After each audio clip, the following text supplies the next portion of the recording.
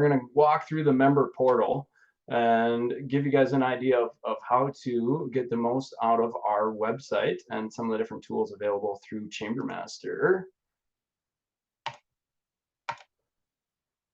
All right.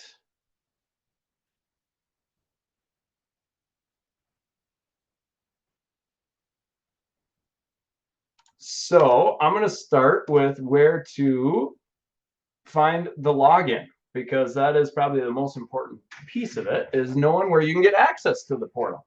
So first things first, you're going to go to our website, which is parkrapids.com. This is the home page. The member portal, which is where you're going to want to access, is available if you go under Chamber. There's a little button right here that says member portal. Or if you go all the way to the bottom of the page, in our footer, there's also a link to the member portal down here. And that should be accessible through just about any page on the website. Once you get to that page, it's going to ask you for a username and password. If you're not sure what your username and password is, or if you even have an account, please let us know. So we do have to initiate the initial login so that it is tied to your business account. There is a way to create an account on here. However, it doesn't necessarily get attached to your organization. So we recommend, if you do not have an account, or if you're not sure if you have an account, please reach out to us, and we will ensure that that you get an email and can get an account that has the right access, so to speak, to your organization to accomplish what you want to do. Now I'm going to switch over. I'm already logged in.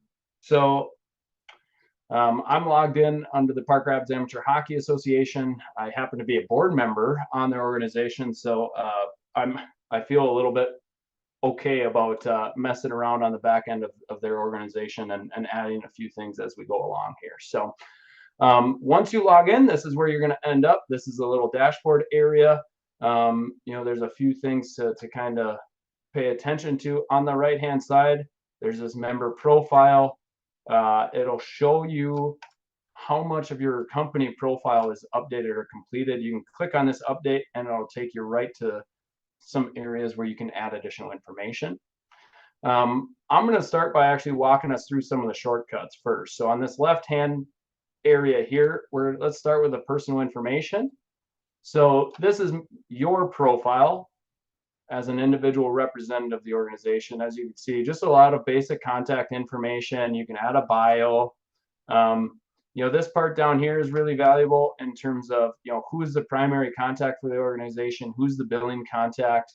I know sometimes those things can change, and it's good to be aware of that. Username and password, you can update password if you like. There's a spot to add photos. And then this down here, we're under personal, we're in your profile. This display preferences. So there's a spot here where you can say, okay, I want my information, your personal contact information, to be available publicly on the website or just to members. And so you can kind of select which one you want.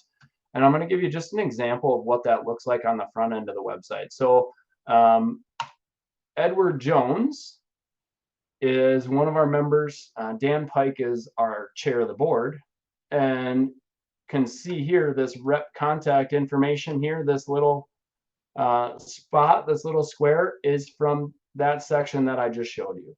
Okay, so on this preferences piece about your profile, if you were to add a photo and then you said, hey, I want publicly visible, I want my name, job title, email, work phone, etc., and you save that on your organization's public web page, it's going to give a little box like this saying, hey, here's a rep or a contact for people to touch base with. I'm going to clear that out.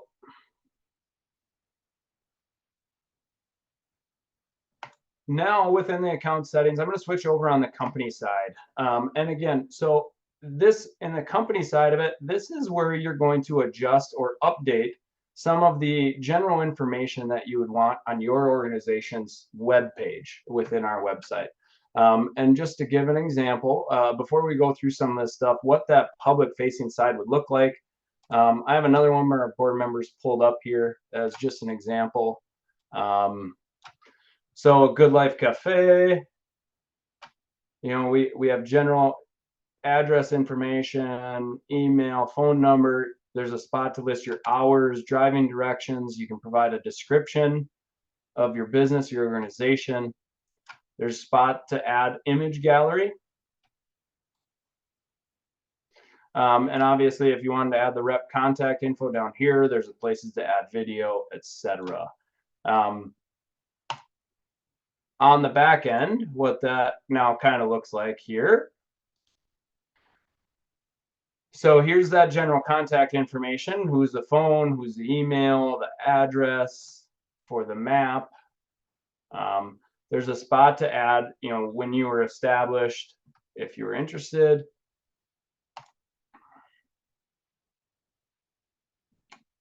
I'm going to go to website stuff and we'll come back to that. You can add social networks. So, you know, if your organization wants to promote a Facebook page, here's a spot you can put that, and then it'll show up on that public web page. Here's the web description, text content, you know, the hours of operation and the driving directions that I called out on the Good Life page. These are the highlights. Okay, so on Good Life, they have highlights here, different bullet points. As you can see on the back end, not only is there a bullet text, but if you wanted to, you can make that into a URL. So you could have, maybe it links to a specific page on your website, maybe it links to a YouTube video. There's some flexibility on what you would want to promote, but it gives you some different opportunities there. I want to touch on logos. So again, let's say you had a logo change. Certainly, you know, feel free to reach out to us on any of these things if you need help updating things. But it's nice to know that you can do it on your own as well. You know, there's opportunities to change search results icon and the logo, and you can even add a page header if you're interested. Photos. So again, you know, we saw that gallery of photos that were on the Good Life. This is where you would add that. And just to show you kind of how that works. So I'm going to go to the Park Rapids page. Again, this is the park. Pretty basic. They haven't done much with it. But I'm just going to add a few photos and you can kind of see how simple it is. So if we're just going to create gallery, you know, there's some requirements on what types of images and what the best sizes are, but you go in. I have some pics saved in here. We're just going to do a couple of these.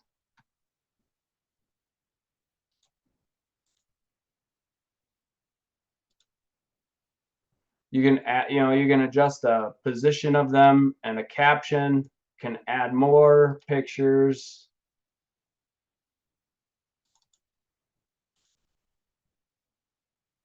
Save that gallery. Now you have a couple of photos in there. So we'll go back to that public Facebook site, we update it, and boom, now you can see we have a couple of photos in there. Adds a little color to your public side. You know, I mentioned that there's also an opportunity to do video. They recommend, upload it to YouTube, and then you just put the URL in there. That makes it nice and easy. The Google Map, you can adjust where the pin is and some of that. And then there's also a place here where if you wanted to, you can download a badge showing that you're a proud chamber member and put that on your website. At the bottom of these account settings, there's also the billing side of it. So if you were interested in paying with a credit card, this is where you could set up your credit card information and be able to make payments on membership, or let's say you wanted to register for the 4th of July parade. You know, you could come in here, you could add a credit card to your web page, and so it's saved into your account, and then be able to do that a lot faster, a lot easier. There's an auto pay option if you're interested in that from a membership fees standpoint. You can also see your account activity in terms of invoices and payments and all of those if you ever had any questions along those lines.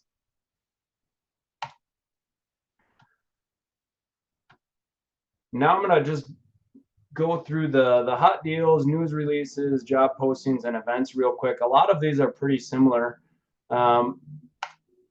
in terms of the layout and that sort of thing, but nonetheless, I want to just go through them real quick. So first thing you're going to see when you click on the hot deals are all of the different hot deals that are currently active, right? So you can get an idea of what some of the other people are offering in terms of different specials. A lot of these are set up through our Happy Pack, where they also did a hot deal on the website. But some of you're certainly welcome to add any hot deals at any time if you're interested in that.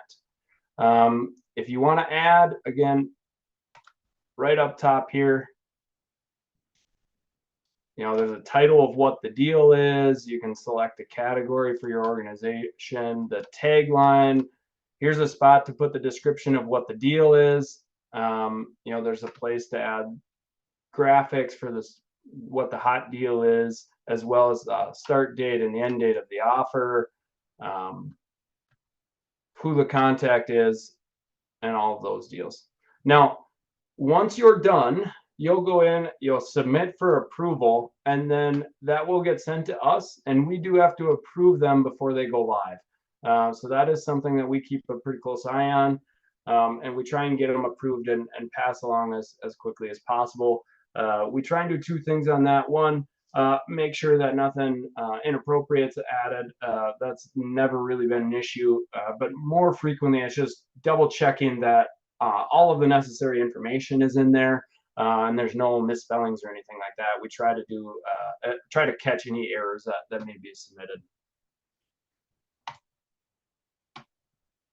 Job postings. If your organization is looking to hire, again, this goes on the website, but it also goes out through Every Friday News newsletter, and it has been pretty effective. We end up with a pretty significant number of views, and I know there are people that are hired specifically through this process. So it is valuable. It is pretty well watched throughout the area. Again, first thing you'll see some of the other jobs that are currently posted in the community. If you want to add a job, this is where that's at. Title of the job, description. There are, again, you can adjust the active dates, add images, pretty similar. Submit for approval. There's the contact information.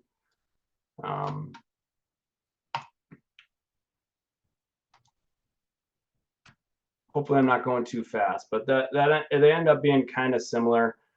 News releases are pretty similar as well.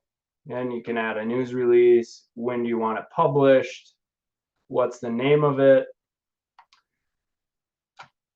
how do you want people to be able to find it, a logo and the contact, as well as the body of the text. Real quick, I'm just going to kind of show you where some of those things are on the website, and you can see what the back end translates to on the front side of it. So here we are on the home page. The hot deals is available right up top here, and then it's also available through some of the drop downs where to stay. So then you can kind of see on here. So if you were to add a graphic for the search results, you would see a graphic here instead of just text. You click into what one of the hot deals are, and you can see this one happens to be from our Happy Pack coupon book. Little offer from the Character Challenge Force. What is one that, okay. So 71 Bottles does hot deals on a monthly basis. Theirs is text-based. Oh, looks like we have to update the title of that one. But you can kind of see. So they're just showing monthly specials. Everyone kind of has their own idea of how to use that page.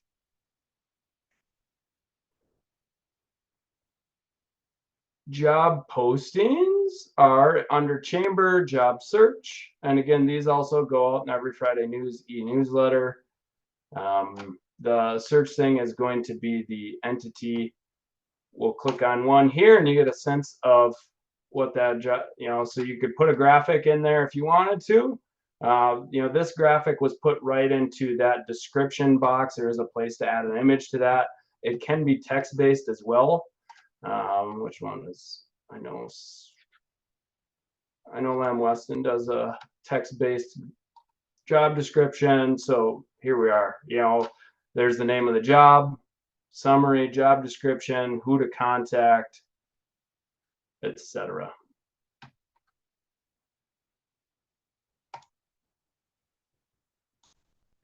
I'm going to go back in on the back side here and touch base on events.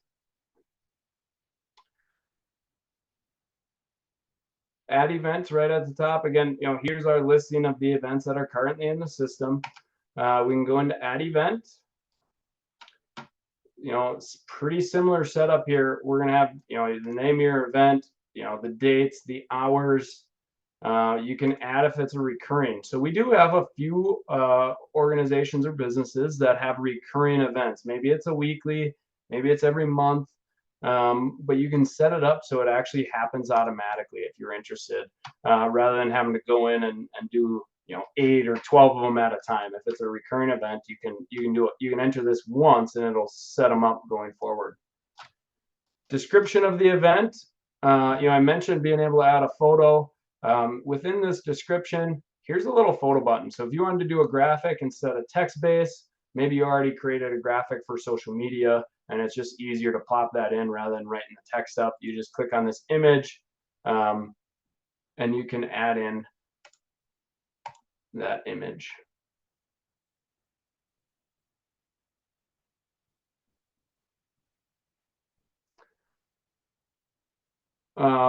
Location, date, and time for the event. I'll show you where some of those end up.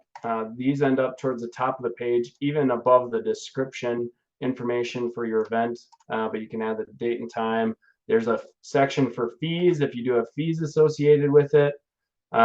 You can adjust the visibility. So you can have members only events, you can have public facing events. There's some options there. Event categories. There is a way on the public side of the website for people to search for events within certain categories. So if you have categories, you can select those. A variety of different photos and images that you can utilize for your events. Gallery photos. These are some of the higher end ones. Again, there's a spot for YouTube video if you wanted to do that, and then you would hit submit for approval. We would do a review of that and try to get it approved as soon as possible for you, and then it would go to the public side of it. Again, I'm going to go to the public side and just show you an idea of what some of these can look like. I'm going to go into one of our, so for the majority of it, here's that category that I mentioned, the different types of events that people could search for. They can search by the month, can also search by a keyword, or they can go by the date. So let's just say we were interested in the outdoors show. Here's that date and time, again, right at the top. There's the location, website, and then they added a graphic into that description piece of it. Looks like they use the flyer, has all of the key information. So.